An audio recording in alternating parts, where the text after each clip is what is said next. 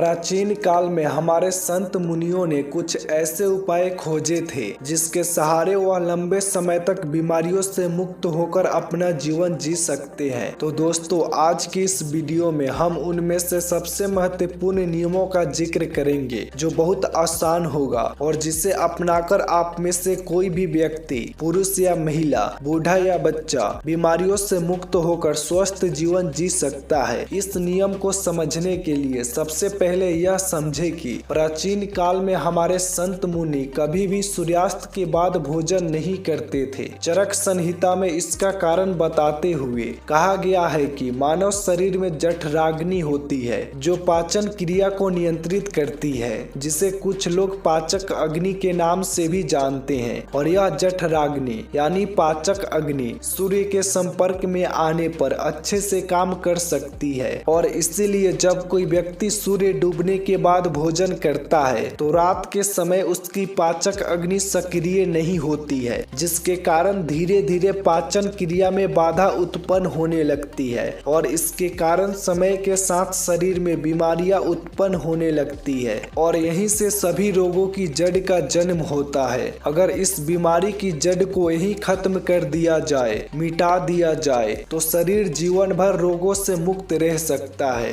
अब समझने वाली बात यह है कि जब हमारी जठराग्नि यानी पाचन अग्नि ठीक से काम नहीं करती है तो हमारी प्राण शक्ति को काम करना पड़ता है और हमारी प्राण शक्ति एक समय में एक ही काम अच्छे तरीके से कर पाती है। जब हमारी महत्वपूर्ण ऊर्जा पाचन में शामिल होती है तो हम गहरी नींद नहीं ले पाते हैं और इसी कारण से कुछ लोग 8-8, 10-10 घंटे की नींद लेने के बाद भी सुबह थका हुआ महसूस करते हैं। इसका कारण यही है। प्राण शक्ति की ऊर्जा जो रात के समय हमारे शरीर को अंदर से ठीक करती है, उसकी मरम्मत करती है। फिर यही ऊर्जा रात के समय जब मनुष्य सोता है तो उसके शरीर के रोगों को ठीक करने में अपना समय व्यतीत करेगी और धीरे धीरे इससे आपका शरीर अपने आप ही अपने रोग ठीक कर लेगा। लेकिन इसके लिए आपको अपना रात का भोजन सूरज डूबने से पहले करना होगा ताकि सूरज के संपर्क में रहने वाली आपकी पाचन अग्नि बेहतर तरीके से काम करे। और जब आपके पाचन अग्नि बेहतर तरीके से काम करेगा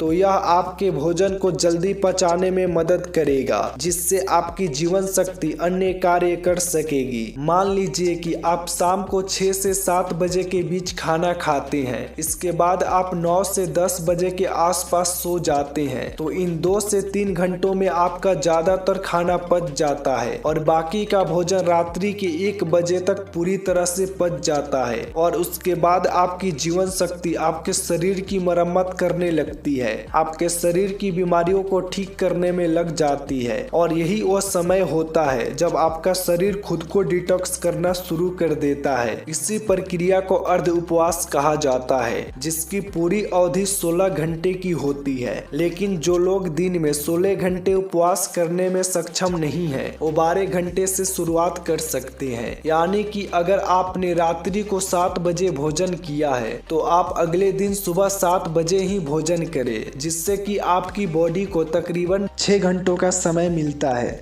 खुद को रिपेयर करने का। इस अर्ध उपवास में हमारे शरीर में क्या प्रक्रिया घटित होती है, पहले इसको समझिए। जब हम अर्ध उपवास करते हैं तो हमारे शरीर को पूरी तरह से भोजन नहीं मिलता है, इसीलिए शरीर अपनी जरूरतों को पूरा करने के लिए अपनी कोशिकाओं में जो बैक्टीरिया होते हैं उनको ही खाना शुरू कर देता है और इसी वजह से हमारी कोशिकाओं का अपने आप शुद्धिकरण होने लगता है। वैज्ञानिक भाषा में इसे ऑटोफेजी कहा जाता है, जिसका मतलब होता है बॉडी को सेलुलर लेवल पर डिटॉक्स करना। सिर्फ 21 दिन के लिए जो मनुष्य इस प्रक्रिया को अपना लेता है उसकी त्वचा में निखार आने लगता है, उसके बाल गिरने कम हो जाते हैं, सुबह अच्छी ताजगी होती है, रात को नींद गहरी आती है और मानसिक तनाव बिल्कुल मिट जाता है। कुछ लोगों को लगता है कि अर्ध उपवास करने से उनका शरीर कमजोर हो जाएगा, लेकिन अर्ध उपवास करने से शरीर का फैट कम होता है, मसल्स लॉस नहीं होता और इसीलिए शरीर की क्षमता अपने आप बनी रहती है। अब तक आप ये समझ चुके हैं कि आपकी प्राण शक्ति आपकी बीमारियों को दूर करने के लिए किस प्रकार कार्य करती है। तो गाइज, हम ये समझ चुके हैं कि किस समय आपको भोजन करना चाहिए ताकि आपकी प्राण शक्ति पूरी ऊर्जा के साथ काम कर सके। लेकिन इसके बाद जो समझने वाली बात है वो ये है कि आज के समय में काम करते करते आदमी अपनी दैनिक दिनचर्या बिल्कुल छोड़ देता है। वो किस प्रकार सही समय पर भोजन करे। अगर वो रात के समय काम करता है तो वो किस प्रकार भूखा रहे, क्योंकि उसे तो आदत हो चुकी है रात के समय देर से खाना खाने की। और कुछ लोगों के साथ समस्या ऐसी है कि वो भूखे नहीं रह सकते, थोड़ी थोड़ी देर में उन्हें भूख लगती रहती है। तो ऐसे लोग किस प्रकार इस प्रक्रिया का लाभ उठा सकते हैं। देखिए, अगर आप 16 घंटे का उपवास कर रहे हैं तो उसके लिए आपको बीच बीच में कुछ लिक्विड चाहिए जिससे आपकी बॉडी भी हाइड्रेटेड रह पाए और आपके शरीर को डिटॉक्स करने की प्रक्रिया भी तेज हो जाए। शुरुआत में अगर आप अपना रात्रि का भोजन 7 बजे कर लेते हैं तो आपको 10 बजे तक भूख लगेगी ही लगेगी। उस समय जब आपको भूख लगे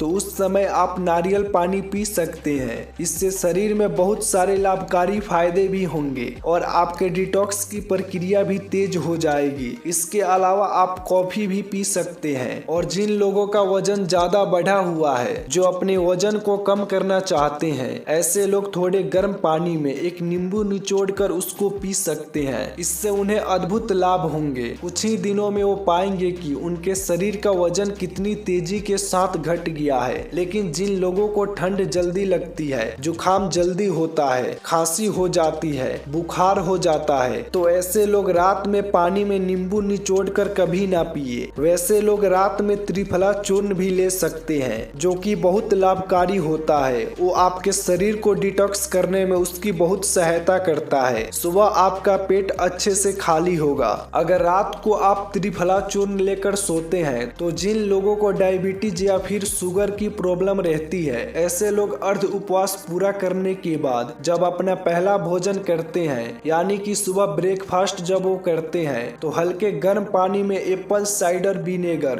दालचीनी का पाउडर और ऊपर से एक नींबू निचोड़ कर पी सकते हैं। इससे उन्हें डायबिटीज में बहुत राहत मिलेगी और कुछ ही समय में उनके रिजल्ट्स बिल्कुल चेंज हो जाएंगे। उनका शुगर लेवल डायबिटीज बिल्कुल मेंटेन होने लगेगा। जिन लोगों को हार्ट की प्रॉब्लम ज्यादा रहती है, ऐसे लोग सुबह ब्रेकफास्ट में घी या फिर कद्दू का जूस ले सकते हैं। ये उनकी त्वचा के लिए, उनकी बॉडी को डिटॉक्स करने के लिए और हार्ट के लिए सबसे ज्यादा बेनिफिशियल होता है। जिन लोगों का डाइजेशन ठीक नहीं होता है, ऐसे लोग पानी में अजवाइन और जीरा गर्म करके उस पानी को ठंडा करके पी सकते हैं। इससे उनकी पाचन क्रिया बहुत सुलभ हो जाएगी। और जिन लोगों को अर्ध उपवास करने में दिक्कत होती है, बार बार भूख लगती है, तो वैसे लोग हल्के गर्म पानी में शहद मिलाकर पी सकते हैं। ये उनकी भूख को मिटा देगा और उनके शरीर को डिटॉक्स करने में बहुत मददगार ही साबित होगा। कुछ लोग जल्दी रिजल्ट पाने के लिए हफ्ते में 2-2 दिन उपवास करते हैं, लेकिन फिर 5 दिन पेट भर भर के भोजन करते हैं। इससे उनको जल्दी रिजल्ट्स तो मिल जाते हैं, लेकिन ज्यादा समय तक ऐसी रिजल्ट्स टिकाऊ नहीं होते।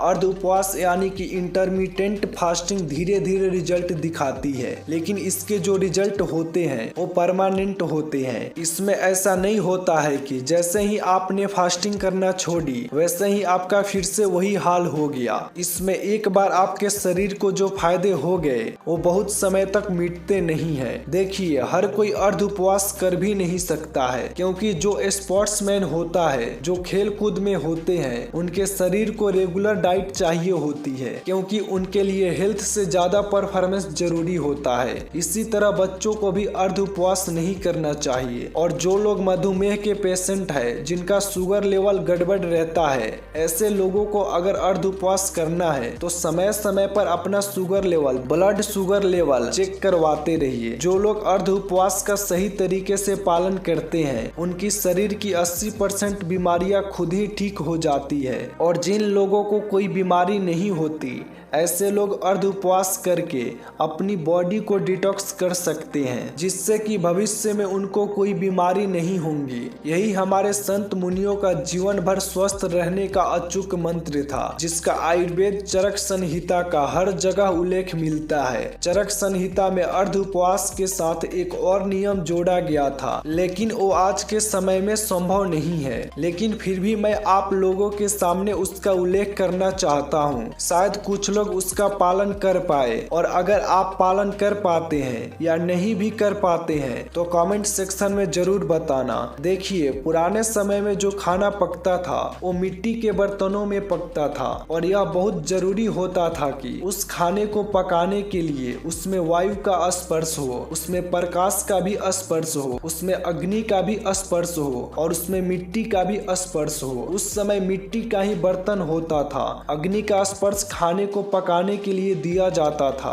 और सूर्यास्त से अगर पहले खाना पकेगा तो उसमें प्रकाश का भी स्पर्श आ जाएगा और वायु का भी स्पर्श आ जाएगा, क्योंकि खाना प्रेशर कुकर में नहीं पकता था, खुले बर्तन में पकता था, जिससे वायु उसको स्पर्श कर सके। लेकिन आजकल के जीवन शैली में यह संभव नहीं है। इसीलिए हम कम से कम अर्ध उपवास करना तो सीखे। चाहे हम उस तरह का भोजन तैयार नहीं कर पा रहे, लेकिन अर्ध उपवास करके अपने शरीर को फायदा तो पहुंचा सकते हैं। तो दोस्तों, मुझे उम्मीद है कि ये स्वास्थ्य से संबंधित जानकारी आपको पसंद आई होगी। ऐसे ही वीडियो के लिए पॉजिटिव वेब्स चैनल को सब्सक्राइब कर ले। वीडियो में एंड तक बने रहने के लिए धन्यवाद।